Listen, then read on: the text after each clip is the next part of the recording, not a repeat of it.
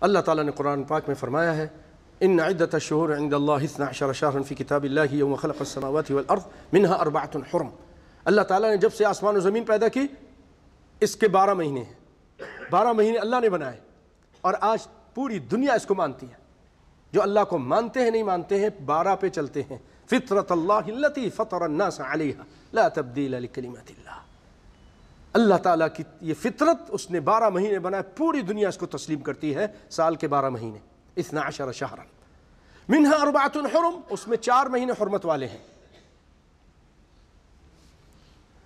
ذو القعدہ، ذو الحج، محرم۔ ذو القعدہ، ذو الحج، محرم ورجب۔ ورجب 4 مہینے یہ محرم والے ہیں۔ تو یہ جو مہینہ ہے یہ حرمت والا مہینہ ہے، اس میں نیکی کا اجر زیادہ ہے، گناہ کا عذاب زیادہ ہے، عقاب زیادہ ہے۔ اور بھائیو، آج امت محمد میں بدعتیں ایسی پھیل گئی ہیں کہ لوگ حقیقت کو بھول گئے ہیں۔ وہ سمجھتے ہیں کہ یہ محرم کا مہینہ کسی کے قتل کی وجہ سے ہے، سیدنا حسین کی قتل کی وجہ سے اس کی عظمت ہے۔ نہیں، یوم خلق السماوات والارض منها 4 حرم، یہ تو اللہ تعالیٰ نے حسین کے پیدائش سے ہزاروں سال پہلے جب آسمان زمین بنایا اس وقت سے اس کو محرم بنایا، حرمت والا بنایا۔ اس میں بڑے اہم کام کیے اللہ تعالیٰ نے، اس مہینے میں بہت عظیم کام ہوئے ہیں۔ ان میں سے ایک کام ہے موسیٰ علیہ السلام کو اس مہینے میں اللہ تعالیٰ نے فرعون کے ظلم و ستم سے نجات دی تھی۔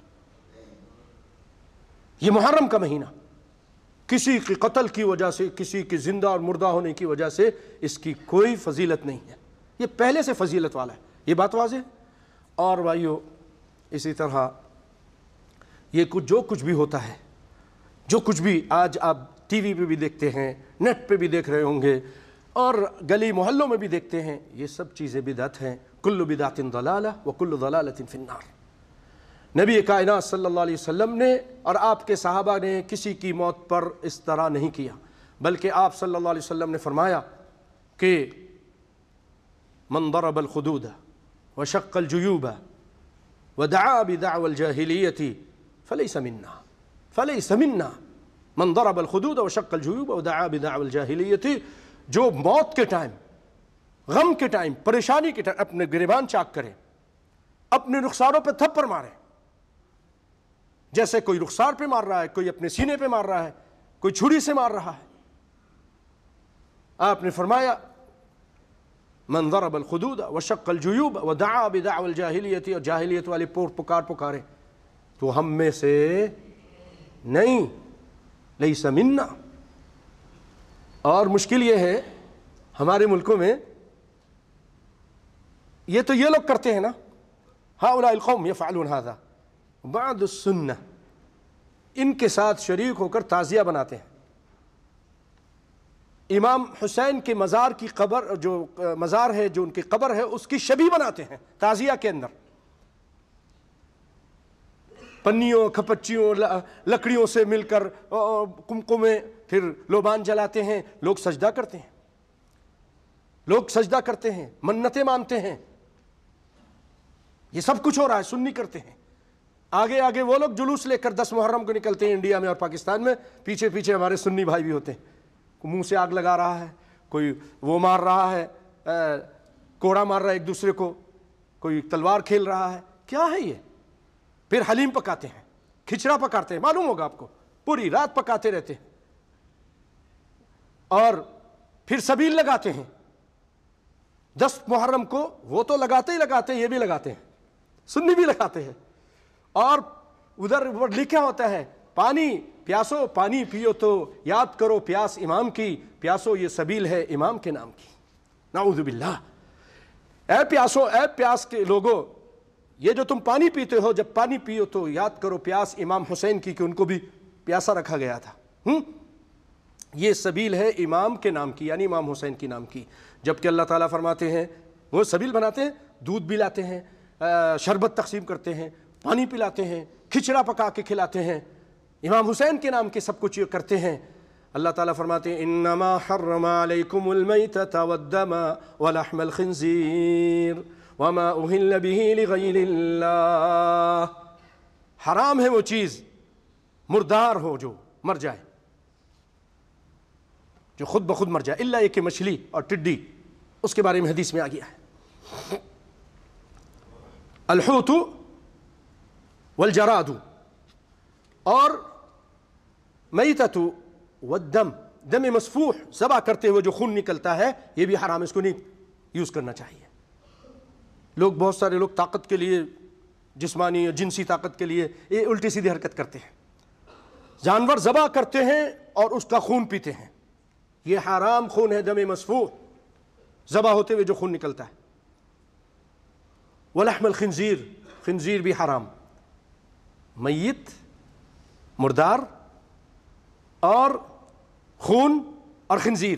اس کے بعد ان سے بھی ڈبل بڑی کوئی چیز تھی، وہ اللہ نے آخر میں بیان کی، پہلے مردار بیان کیا جو حلال بھی تھی، بعد میں حرام ہو گئی، پھر اس کے بعد جو اور چیز جو حلال کے ساتھ ہے، حلال کے اندر ہے لیکن حرام ہے، وہ تھوڑی بڑی تھی، اس کو بیان کیا خون، اس کے بعد اس سے بڑی چیز بیان کی خنزیر، پھر اس سے بھی بڑی چیز، خنزیر سے بھی زیادہ ناپاک اور نجس چیز وہ ہے جس پر غیر اللہ کا نام آ جائے، کہ یہ پیر صاحب کے نام کے شربت ہے، دیگ ہے، بکرا ہے، یہ گائے ہیں، حضرت پیر کے نام کے، حسین کے نام پر، فلاں کے نام پر، غیر اللہ کے نام پر، قبر والوں کے نام پر، یہ چیز جو آدمی ذبح کر رہا ہے اور کھلا رہا ہے یہ بھی حرام ہے، نجس کے اندر خنزیر سے بھی بڑھ کر ہے۔ اس کے بعد اللہ تعالیٰ نے بیان کیا۔ تو بھائیو ایسے پانی پینے سے بچو، ایسے شربت سے بچو اور ایسے کھچڑوں سے بچو، یہ بدعتیں ہو رہی ہیں، اور یاد رکھیں کل بدعت ضلالہ وکل ضلالۃ فی النار، ہر بدعت گمراہی ہے، ہر گمراہی جہنم کی طرف لے جائے گی۔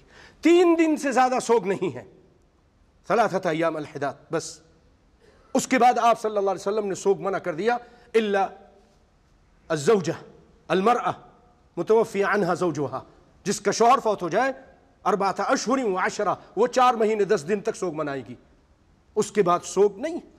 آج ہزاروں 1000 سال تقریباً ہونے کو ہے، یا اس سے بھی کچھ زیادہ، 1400 سال ہونے کو ہے، ابھی تک سوگ ہی نہیں ختم ہوا۔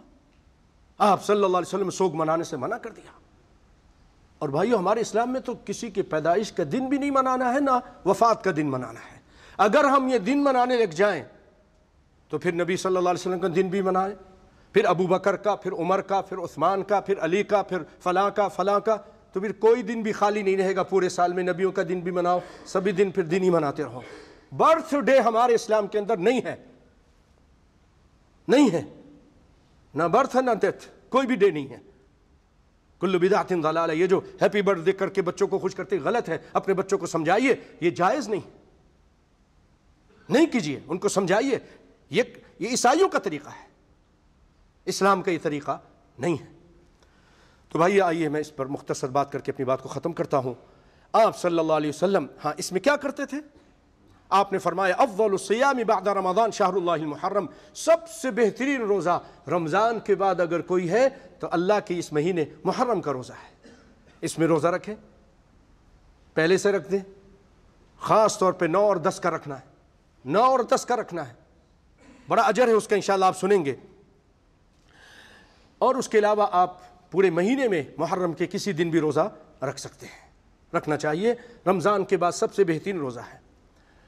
دوسری روایت میں اس کو مسلم نے بیان کیا، اس کے بعد آپ نے فرمایا، اس کو نسائی اور طبرانی نے بیان کیا صحیح سند کے ساتھ، کہ افضل الصیام بعد رمضان شہر اللہ الذی تدعونہ المحرم، سب سے بہترین روزہ رمضان کے بعد وہ مہینہ کا ہے جس کو تم محرم بولتے ہو۔ اور ابن عباس فرماتے ہیں کہ قدم النبی صلی اللہ علیہ وسلم، کائنات کے امام مدینہ تشریف لائے ہجرت کر کے مکہ سے۔ مدینے میں آپ کیا دیکھتے ہیں؟ مدینے میں کیونکہ یہود رہتے تھے، بنو قینقاع، بنو نذیر، یہ لوگ رہتے تھے، خیبر وغیرہ میں۔ فرأى اليہود تصوم یوم عاشوراء، آپ نے دیکھا کہ عاشورہ کے دن یہودی روزہ رکھتے ہیں، 10ویں محرم کو یہودی روزہ رکھتے تھے۔ فقال ما هذا، آپ نے فرمایا یہ کیا ہے، یہ کیا تم روزہ رکھتے ہو، کیوں رکھتے ہو؟ قالوا هذا یوم صالح، یہ بڑا پیارا اور اچھا اور نیک صالح دن ہے، عظیم دن ہے ہمارے لیے۔ ہاں اس دن هذا یوم نجى اللہ بنی اسرائیل من عدوهم، اللہ تعالیٰ نے بنی اسرائیل کو جو اس وقت مسلمان لوگ تھے صحیح حق پر دین پر تھے، ان کو موسیٰ علیہ السلام کے پیروکاروں کو اور موسیٰ علیہ السلام کو ان کے دشمن فرعون سے نجات دی تھی۔ فصامہ موسیٰ، موسیٰ علیہ السلام نے اس خوشی میں کہ اللہ نے نجات دی ہے، اللہ کے شکرانے کے طور پہ روزہ رکھا۔ فقال انا احق بموسیٰ، آپ نے فرمایا میرا حق زیادہ ہے، موسیٰ علیہ السلام سے تعلقات زیادہ ہیں، وہ بھی نبی میں بھی نبی ہیں، وہ بھی توحید پر میں بھی توحید پر ہیں، تمہارا کیا تعلق ہے، میں روزہ رکھوں گا۔ آپ نے فرمایا میرا موسیٰ سے زیادہ تعلق۔ اب آپ سوچئے، پھر آگے سنیے، ایک اور روایت ہے کہ آپ نے فرمایا فصوموہ انتم، اے میرے صحابیوں، اے مسلمانوں، تم بھی روزہ رکھو۔ بخاری کی روایت ہے، رواہ البخاری، فصوموہ انتم۔ بھائیو آپ نے تو فرمایا روزہ رکھو، ہم کیا کرتے ہیں؟ شربت پیتے ہیں، کھچڑا کھاتے ہیں، جلوس نکالتے ہیں، تھکتے ہیں اور پھر کھانا کھاتے ہیں۔ یہ کون؟ نبی فرمایا یہ کرو، ہم الٹا کرتے ہیں۔ کچھ بات سمجھ میں آ رہی ہے بھائی؟ کیا ہم کو شیطان نے کس طرح ورغلایا ہے؟ نبی کہتے ہیں ادھر جاؤ، وہ کہتے نہیں ادھر جاؤں گا۔